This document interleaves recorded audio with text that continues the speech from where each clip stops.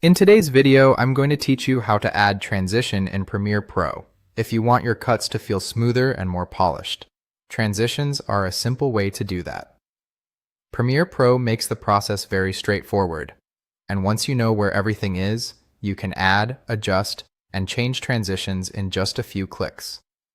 To start, make it easier to see the edit point on your timeline. Drag the bottom of your timeline bar to zoom in closer to your clip.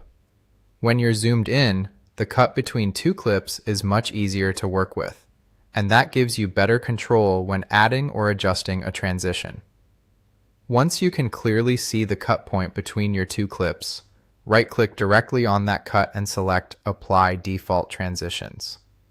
This is the fastest way to place a transition between two clips.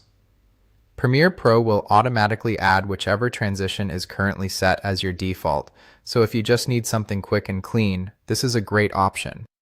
After the transition has been added, you may want to adjust how long it lasts.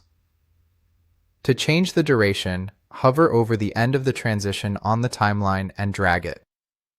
Making it longer usually creates a smoother, more noticeable effect, while making it shorter keeps the pacing quicker and more subtle. This is useful because the same transition can feel very different depending on its timing. If you want to use a different transition style, go to the Effects panel.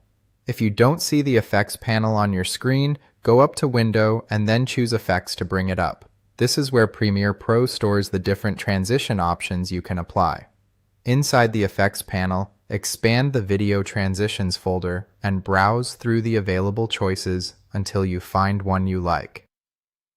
Different transitions create different moods, so it's worth trying a few to see what fits your edit best. Some are more professional and subtle, while others are more stylized. To add one of those transitions between your clips, simply drag it from the Effects panel and drop it directly onto the cut between your clips on the timeline. Make sure you place it right on the edit point so it applies correctly. And if you find a transition that you plan to use often, you can right-click on it and choose Set as Default Transition. That way, the next time you right-click a cut and apply the default transition, Premiere Pro will use your preferred one automatically. That's how to add transitions in Premiere Pro quickly and easily.